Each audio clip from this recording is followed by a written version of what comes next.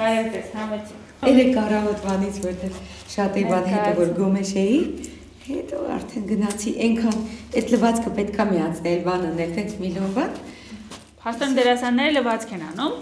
Չէ, դա ուղղակի ինքնստինքյան է լինում։ Ուզում եք դուք լինեք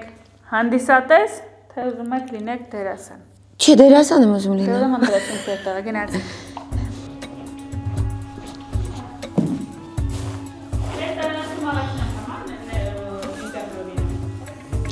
Ինտերվյու։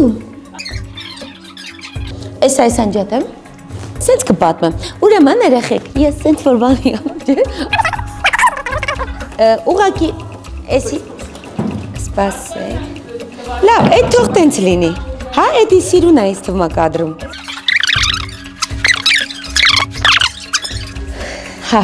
հետո էլ որ խոտը սենց բան եմ անում, փոշի ասում։ Տենց շատ հավեսալի։ Բայց ես դժբախտ կադր չլինի, էլի, սենց անլույս դժբախտ։ А вы все поняли? Ես հետո կգամ սուրճ խմելու վերևը։ Մենք էսա ռեկը տալիս ենք արդեն Դավիթ ջան։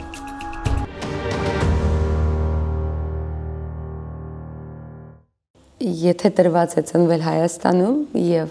ապրել ու սիրել ես երկիրը այդքան կապված մնալ,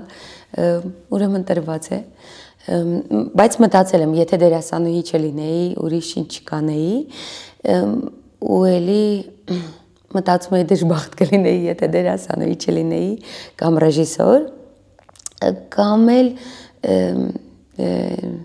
որովհետև շատ երջանիկ մասնագիտություն է, դրա համար եմ ասում, բայց երևի ներքուստ ամեն մասնագիտություն էլ, ամեն մարդ, որ ճիշտ տեղում է լինում, երջանիկ է լինում, բայց ասեմ, որ մասնագիտություններից նաև շատ սիրում եմ ճարտարապետությունը, որը եւ արվեստ է եւ գիտություն այդ առումով, գուցե ճարտարապետ, բայց միևնույն է, ինձ թվում է ռեժիսորը, դերասանը ավելի հորինյալ աշխարհի ճարտարապետ ես լինում, կամ ուսուցիչ, կամ չգիտեմ ինչ, բայց շատ ավելի իրական է երբեմն լինում, քան կյանքը։ Նարինեն որպես ընկեր շատ ավելի սիրում է մարդ տեսակը եւ շատ ավելի հասկանում դիմացինի սխալը կամ անկատարությունը, սխալ չասեմ, էլի, որտեվ ու ես էլ եմ շատ սխալներ անում եւ ինձ շատ դուր է գալիս, որ իմ ընկերները հենց հասկանում են, որ այդ շատ մարդկային է։ Չգիտեմ, բայց երևի շատ սիրուն բան է ընկերությունը եւ շատ թանկ եւ շատ եթե ասում եմ որ շատ սիրում եմ Հայաստանը այս երկրում երջանիկ եմ այդ շնորհիվ նաեւ որ այսքան հիանալի ընկերներ ունեմ եւ այդ կողքիններն են հայրենիքը քեզ համար այդքան սիրելի դարձնում էլի եւ ես էլ աշխատում եմ այդքան լավ ընկեր լինել հա հələ որ դժվար եմ պատասխանում հարցերին Չի կենտրոնանում ուղեղս, ինձ թվում է շատ հոգնած եմ այնուամենայնիվ պատասխանելու համար։ Բայց լավ կլիներ նորից սկսենք, որտեղ շատ խզբուզ եմ խոսում։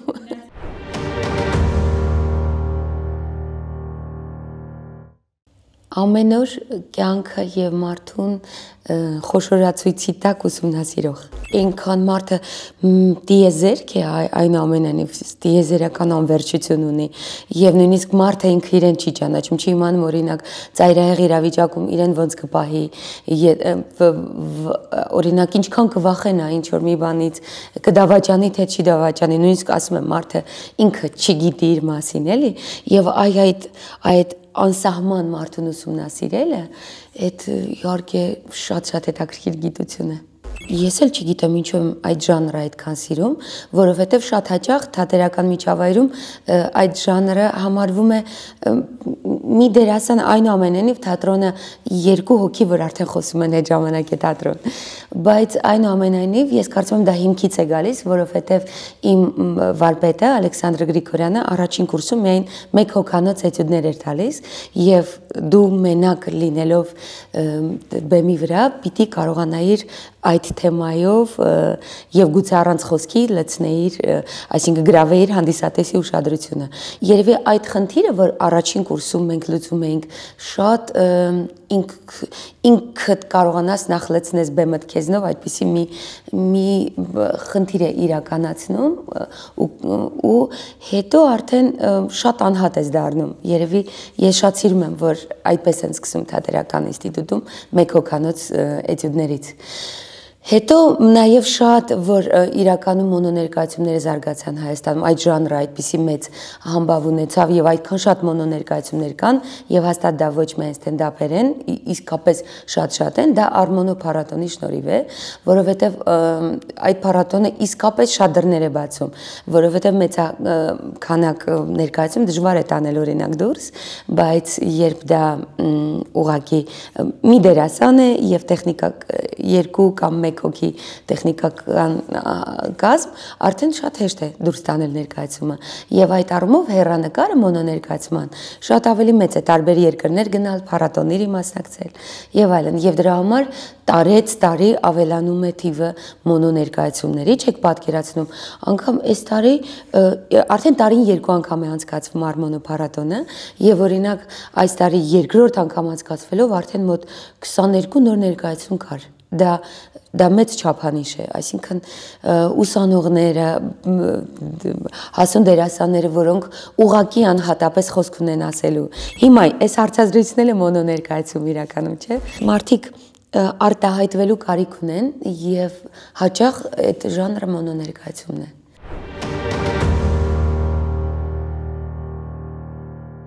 Երբ բեմ ես մտնում, դու կաս։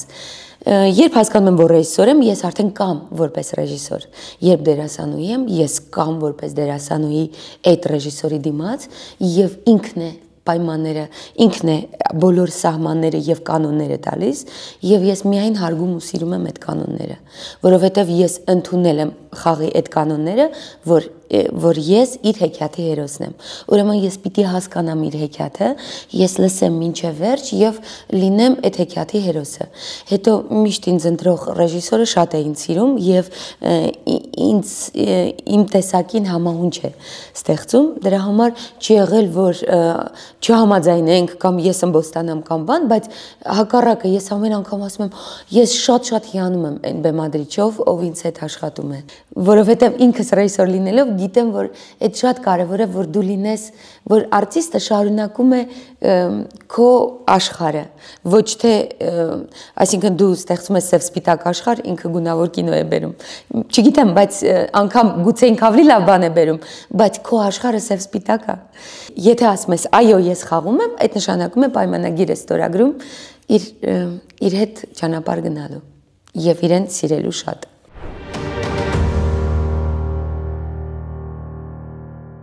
Ես կարևոր խոսք պիտի ասեմ։ Գիտեք, ասում եմ ինչպես է, որ մարդը հարսանիքի է պատրաստվում, 200 հոգի պիտի գա, չէ՞, հրավիրել է հյուրեր, ամեն ինչ անում են, չէ՞, որ շատ լավ անցնի, որ հյուրերն էլ գոհ լինեն, շատ լավ լինի։ Ինձ համար այդ որ այդ օրը գալու են ներկայացման, ես ժամը 3-ից դերասաններին կանչում եմ փորձի կամ ես ամբողջ օրը պատրաստվում եմ այդ երեկոյան հանդիպման, որովհետև 200 հոգի հյուր եմ կանչել, որոնք իրենք են ընտրել գան ինձ մոտ։ Ինձ համար այդ շատ թանկ է եւ ես մտածում եմ, որ այդ չպիտի այսպես արևածաղիկ չրթելու երեկո լինի, էլի, այն որ վայ ինչ ուրախ էր, շատ լավ էր, գնացինք, հետո դուրս եկան, գնանք մի հատ համով բան ուտենք, որ ինձ համար շատ կարեւոր է, որ եկել են այդ պահը այնքան թանկ լինի, որ հետո հիշեն շարունակ։ Դրա համար ես նույնիսկ համազգայինում խաղացանկում իսկապես լավ ներկայացումներ կային, շատ լավն էին։ Ես հանել եմ այդ ներկայացումները խաղացանկից, որ ուղակի երեկո չլինի։ Ես ուզում եմ ամեն երեկոն, եթե եկել են, որ ինձ համար շատ թանկ է, որ շատ հիշվի։ Դրա համար եւ միսիան որն է, որ լույս տալ մարդուն, որ մենք իրար կողքի ծնված ենք, որ իրար ուժ տանք, հույս տանք, որ կյանքի իմաստ տանք։ Ուրեմն սկզբում որ ընտրել էի թատրոն, չգիտեմ դա ոնց որ չգիտեմ ինչու եմ ընտրել դերասանուհի լինել։ Ես ինքս չգիտեի, ես գիտեի, որ ես պիտի դերասանուհի լինեմ, ես պիտի գամ Թատերական ինստիտուտ, բացարձակ ոչ մի կապ չունենալով, ոչ մի ծանոթ չունենալով, թատրոն ներկայացում երբեք չտեսած մի հրազդանցի արցախցի երեխա գալիս էր թատերական ինստիտուտ, հետո որ նայում էի ներկայացումներ, մտածում էի, էս է մասնագիտությունը, բայց ես սա էի ուզում։ Հետո գնացի, ասում էին ռուսական թատրոնը շատ բարձր է եւ այլն։ Հետո գնացի Ռուսաստան, նայեցի ներկայացումները, առանձնապես այնպես չէր, որ մեր ավելի վատ էր կամ իրենց վատ ավելի վատն է, իրենց լավը մերից մի քիչ լավ, չգիտեմ, բայց հասկանում էի, որ դա չի, որ ես փնտրում եմ։ Ու հետո մի օր ես դիտեցի, որ Անատոլի Վասիլևի մոտ ռեժիսորական դասընթացների Մոսկվայում եկան Լեհաստանից Գրատովսկու աշակերտները ու ներկայացում ցույց տվեցին եւ դա կոչվում է աղքատ թատրոն, այսինքն ոչ լույս կար, ոչ զգեստ կար առանձնապես ոչինչ, դա իրենք անվանում էին ակտ, ոչ թե ներկայացում։ Ու ես այդտեղ տեսա թատրոնի կմախքը, այսինքն ինչ է իրենից ներկայացնում թատրոնը։ Ու երբ վերջացավ այդ ակտը, դրանից երևի մի ամբողջ օր լացում ենք մենք այդ ներկայացումը, որ նայենք, բայց ուզում եմ ասեմ, սյուժե չկար, որ այդ սյուժեի համար լացեի, չկար ոչ մի գեղեցիկ բան, որ դրա համար լացեի։ Ես ոնց որ իմ առաջ մարդիկ մաքրագործվում էին Աստծո առաջ, ու ինձ էլ իրենց ծեսի մեջ էին վերցրել, իրենց ակտի մեջ էին վերցրել, ու ես իրենց հետ մաքրագործվում էի։ Ու ես իսկապես հասկացա, որ օրինակ մենք ասում ենք արվեստներից ամենաբարձրը երաժշտությունն է եւ այլն, չէ՞, այդ ճիշտ է, բայց թատրոնի պես ազդել մարդու վրա միայն թատրոնը կարող է։ Երբ թատրոնը ուղղակի շատ բաներից է կախված, ինքը սինթեզ է արվեստների, երաժշտություն, գրականություն, ճարտարապետություն, նկարչություն եւ այլն, դերասան իր մարմնով, բայց երբ այդ ամբողջ սինթեզը դա շատ քիչ է լինում, բայց լավ է կայանում, այդպիսի ազդեցություն ոնց թատրոնը կարող է մարդու վրա թողնել, ոչ մի արվեստ չի կարող։ Ու ես հիշում եմ, որ ես այդ տեսա, ես հասկացա, որ ես ճիշտ տեղում եմ։ Ուղղակի ես ձգտում եմ այդ թատրոնին, որ մարդը գա, հա, թեկուզ սյուժե նայի, թեկուզ չգիտեմ ինչ, բայց քեզ հետ ինքը քեզ հետ ինչ որ մաքրագործման ճանապարհ է գնում ու հետո որ դուրս է գալիս, օրինակ այն մարդիկ ասում էր, ուսս ցավում էր, որ եկա, բայց եկա հետո լավացել էր։ Չգիտեմ, բայց ես գիտեմ, որ թատրոնը այդ կարող է։ Ուրիշ բան, որ ես կարող այդ թատրոնին չեմ հասնում, բայց ես այդ նպատակն եմ դրել ու այդ միսիան։ Ես այդ թատրոնը գիտեմ եւ դրան եմ ձգտում։ Այդ եմ համարում իմ միսիան։ Այս բանը խոտ է, գիտեք, այս ներկայացումը 3D է, այս գոմեշը, և ես էլ ներկայացման ժամանակ, որ այս խոտը սկսում եմ բան անել, ոտքով խփել, այս ամբողջ փոշին գալիս եմ, մեկ-մեկ ես էլ եմ։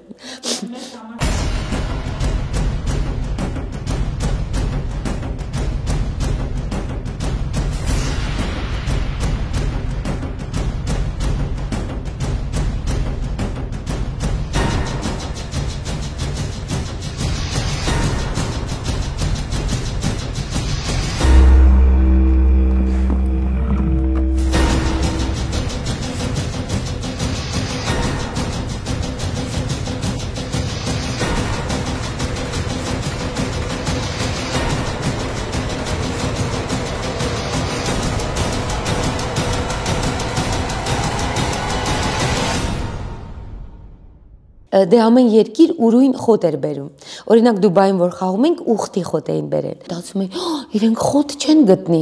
Եվ այդ շատ մանր խոտ էր։ Հետո որ վերջացրել էի, ամեն տեղիցս խոտ էր թափվում, որտեղ շատ մանր խոտ էր, ամենտեղ լցվել էր մազերից, ականջներից, քթի, անդադ խոտը հանում էի խոսում։ Բանում Ռուսաստանում բերել էին այնպիսի խոտ էր, որ մեջը շատ էր բան փոշին չէ, երևի, չգիտեմ ինչ է, մի թեթևել էսպես անում էի, ամբողջ էսպես սենց բան էր լինում, ծուխ էր բարձրանում,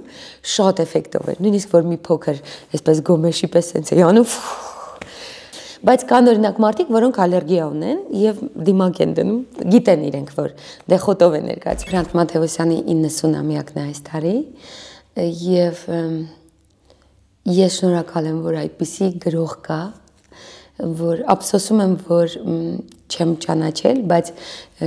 երևի Դավիթ Մաթեոսյանի միջոցով ավելի շատ եմ ճանաչում Հրանտ Մաթեոսյանին, եւ իր տեքստերի միջոցով եւ երբ մտածում եմ ինչու որովհետեւ իսկապես չի պատկերացնում որ Գոմեշը այդպիսի ֆենոմենալ ներկայացում կդառնա ու որ մտածում եմ ինչու է այդպես միևնույնն է հասկանում եմ որ այդ աստվածային տեքստը ինձ տանում է ես օրինակ շատ տեքստ սիրող ռեժիսոր չեմ անկեղծ եւ որպես դերասանուհի ես նույնիսկ մնջախաղ էի գնացել որ ընդհանրապես չխոսեմ բեմում լինում է որ տեքստը քեզ ուժեղացնում է քեզ ճանապարհդ տանում է եւ իսկապես դրա համար շնորհակալ եմ Շանթարանտ Մաթևոսյանին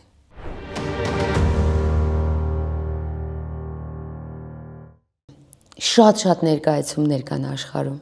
Եթե դու նոր ձայնով չես մտնելու այդ կակաֆոնիայի մեջ, այդպես ասեմ, իմաստ չունի, եւս մեկ նմանատիպ ներկայացում ստեղծել իմաստ չունի։ Ես միշտ ստեղծում եմ այն ներկայացումը, որը չեմ տեսել, որը չեմ տեսնում նույնիսկ։ Գուցե մի փոքր տեսարան եմ տեսնում, լինում է միայն հանուն մի փոքր տեսարան, մի փոքր պատկերի, օրինակ մեծ ակնոց է ու մեջը երկուսով աչք ենք։ Ու ասենք որ այսպես գլխարկ է ու բիբեր ենք եւ այլն։ Մենակ այդ պատկերը որ տեսել եմ, որոշել եմ որ պիտի այդ աչքերի որս ներկայացումը բեմադրեի, բայց միայն տեսածս այդ մեծ ակնոցն էր բեմի վրա, որ հետո դառնում է սա ժպիտ, սրանք դառնում են այդ բաներ, թիակներ, նավը եւ ծով եւ այլն։ Նոր ներկայացում եմ մտածում արդեն, որը էլի, որը չեմ տեսել եւ ճիշտ ասած դեռ նույնիսկ բռնվելու տեղ չունեմ, բայց հենց դրա համար է ինձ հետաքրքիր, որ չգիտեմ ոնց եմ անելու, բայց հենց այդ պատճառով որ չգիտեմ ոնց եմ անելու, ավելի եմ ուրախանում։ Նարինեն ինքը արդեն շատ էմոցիոնալ է, այսինքն չգիտեմ ինչու է միշտ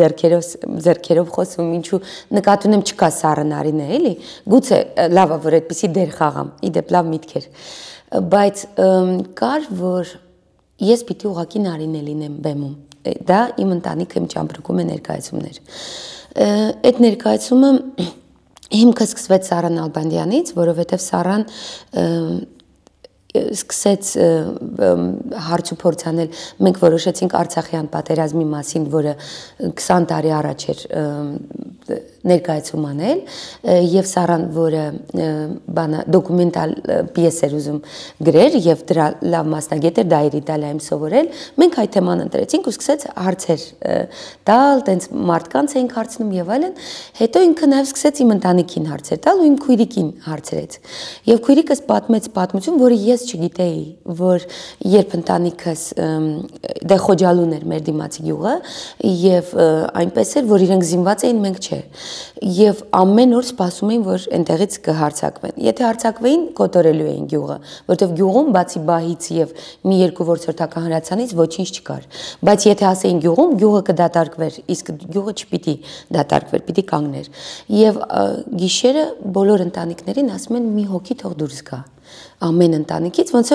որ ամեն մի ցեղատեսակից մեկը պահպանվի, այդպես։ Եվ երբ մեր ընտանիքին էին ասել, այդպես հայրիկս ու մայրիկս մտածել են, papan էլ նոր էր գերությունից եկել, Շուշիում էր, ու ոդկը գանգրենա էր եւ բուժում չէր լինում, միայն Երևան հնարավոր էր տանել, իսկ այդ ժամանակ Արցախից մենակ բանով էր հնարավոր դուրս գալ ուղղաթիռով։ Եվ այդ ով ընտրվեր ուղղաթիռով ուղարկելու էին, էլի այդպես էր։ Եվ այդ գիշեր, պատկերացնում եք, գիշեր ամեն ընտանիք նստած էր ընտրության առաջ, թե ում փրկի իր ընտանիքից։ Ու այդ ժամանակ որ բան էին արել, ընտանիքում մտածել են, դե ինքը իմ մեծ քույրիկն էր, մտածել են, որ Արմինեն ճիշտ կլինի։ Ու այդպես Արմինեն նույնիսկ հիշում էր, ոնց էր մաման իր մի քանի շիրուն շորերը ցալել դրել, որ հետո որ ինքը մեծանա, հագնի եւ այլն։ Ու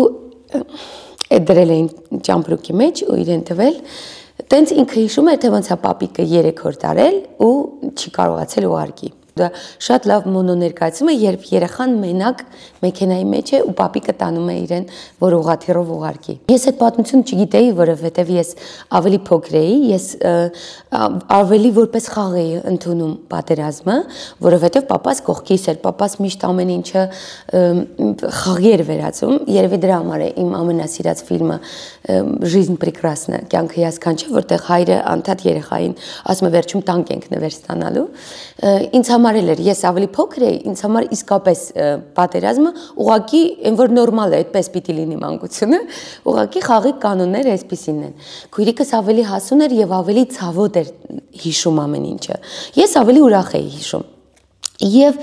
այդ պատմությունը հիմք վերցնելով ես ուղղակի ինձ վրա եմ պատմում, բայց ամբողջ պատմությունը իմն է, ավելի ուրախ աչքերով է այդ ամբողջը, որովհետև ես ավելի միամիտ էի տեսնում այդ պատերազմը։ Իսկ ես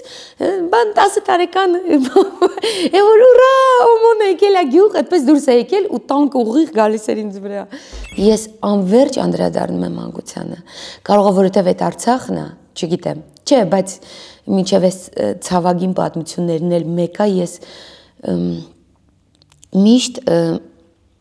միշտ վերադառնում եմ մանկություն։ Ես հետո այդ մտածում էի ու փորձում եմ ամբողջը հիշել, հետո որ եկա Հրազդան ու ոնց ինձ ասացին փախստական ու այդ ամենածանրն էր, այնքան հետաքրքիր, պատերազմը այդքան ծանր չէր, ինչքան ծանր էր, երբ քեզ որպես երեխա, որ դու եկել ես քո Հայաստանը, եկել ես հայերի հետ ես, ու իրանք քեզ ասում են փախստական ու դու օտար ես իրենց մեջ։ Ուզում եմ ասեմ այդ ամբողջը արդեն այսպես վերհիշելով այդ ամբողջը մտքիս մեջ պատմելով բան, բայց ոչ մեկի չէի պատմել։ Սարային պատմեցի 2-3 օր ինքը ամբողջը նախադասությունները ուղեց եւ դա նույնիսկ տպված չկա այդ տեքստը, որ հանկարծ ինքը չդառնա գրականություն։ Ես ինքը միշտ կենթանի է իմ մեջ, ես իրեն վերարտադրում եմ ամեն անգամ նորից, էլի։ Ոչ թե այդ օրը Մարիան ես, կամ այդ օրը Ելենա Անդրեևն ես, կամ Ձի ես, կամ Ջրիկաթիլ ես, այլ Նարինկան ես, որ մտնելու ես ու իսկական բան պատմես, այդ սարսափ էր, սենց առանց կաշի քեզ զգալը, այդ ադրենալինը, մեկ օրինակ գնում է բարձր տեղից գցվում է, որ ադրենալին ապրի, ես այդ սարսափն է, որ այդ ադրենալին տալիս ինձ։ Եվ եւս մի սարսափելի բան պիտի պատմեմ, դա արդեն վերջնակետն էր իհարկե սարսափի, դա Յուրի Կոստանյանը առաջարկեց, որ մենք խաղանք իմպրովիզ ներկայացում, որ կոչվում էր շրջանակից դուրս։ Այսինքն բոլոր կանոններից դուրս էր։ Մենք իսկապես չգիտենք ինչ էինք խաղալու, եւ դա պետպատվեր էր, այսինքն գումար էինք ստացել պետությունից, եւ ես ու Յուրի Կոստանյանը Մնջախաղի թատրոնի բեմում պիտի խաղայինք շրջանակից դուրս։ Իսկ դա նշանակում էր կար ձևավորում, որ միշտ փոխում ենք կամ բան, երաժշտություն, որ կարող է փոխվել, եւ դու մտնում ես ու չգիտես ինչ ես անելու։ Այսինքն ինչ քեզ տա քո խաղընկերը, դու էլ շարունակելու ես։ Այ այդ սարսափը որ նախարարությունից գալիս են տեսնելու թե ինչ եղավ, դա հենց տեղում ծնվող թատրոնն է, ոչ թե մշակված, այլ այս վարքյանին եւ դրա նման կենթանի վիճակ երբեք ոչ մի ներկայացում չի կարող ստանալ։ Կա հանդիսատես, որ հենց այդ ժամանակվանից է ֆիքսել, որ Նարինե Գրիգորյան կա։